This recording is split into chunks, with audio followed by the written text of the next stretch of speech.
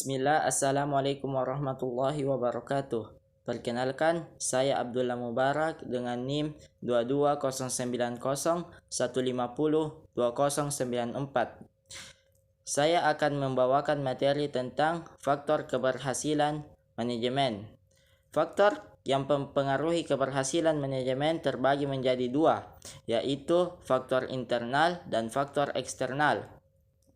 Yang pertama, faktor internal. Salah satu faktor yang mempengaruhi suatu manajemen di bagian internal adalah keterampilan manajer. Karena manajer memiliki 4 kriteria, yaitu sebagai berikut. Yang pertama, keterampilan konseptual.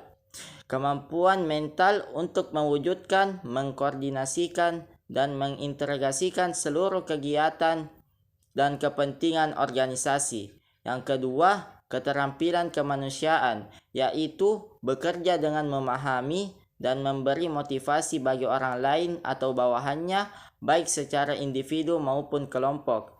Yang ketiga, keterampilan administratif, yaitu dapat menguasai organisasi secara keseluruhan. Yang keempat, keterampilan teknik, yaitu penggunaan alat-alat atau teknik di bidang tertentu. Selanjutnya, faktor eksternal. Faktor eksternal terbagi menjadi dua, yaitu faktor eksternal mikro dan faktor eksternal makro. Yang pertama, faktor eksternal mikro terdiri dari penyedia atau suppliers. Setiap organisasi sangat tergantung dari sumber untuk memenuhi kebutuhan bahan baku, bahan pembantu, dan peralatan yang digunakan untuk proses produksi. Yang kedua, langganan atau customers. Langganan perusahaan dapat berupa lembaga seperti sekolah, kantor pemerintah, atau langganan perseorangan. Dalam situasi persaingan yang ketat, melalui kepuasan keinginan pelangganlah perusahaan dapat menjaga kelangsungan hidup berkembang dan mendapatkan keuntungan.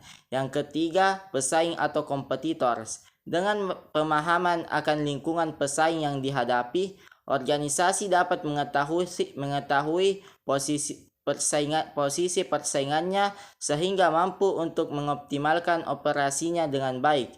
Yang keempat, serikat buruh atau pekerja. Organisasi memerlukan pekerja atau orang yang bekerja di dalamnya, dan tentunya serikat buruh atau pekerja tersebut akan lebih baik jika mempunyai kelebihan seperti keterampilan dan kemampuan yang berpengalaman demi tercapainya tujuan dari organisasi tersebut.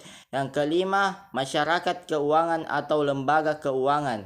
Suatu organisasi tergantung pada bermacam-macam lembaga keuangan yang nantinya akan digunakan sebagai tempat materi seperti bank, perusahaan asuransi, termasuk pasar modal untuk menjaga dan memperluas kegiatannya. Yang kedua, faktor eksternal makro. Terdiri dari perkembangan teknologi.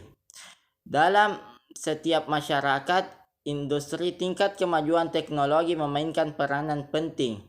Perkembangan teknologi adalah suatu kombinasi dari kemampuan yang dimiliki dengan peralatan digunakan dalam desain, produksi, dan distribusi barang serta jasa.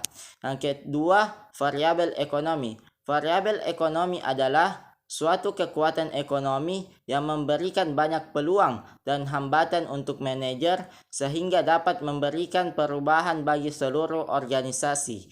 Yang ketiga, lingkungan sosial. Kebudayaan lingkungan sosial suatu masyarakat merupakan pedoman hidup yang menentukan bagaimana hampir semua organisasi dan manajer akan beroperasi. Yang keempat, variabel politik atau hukum.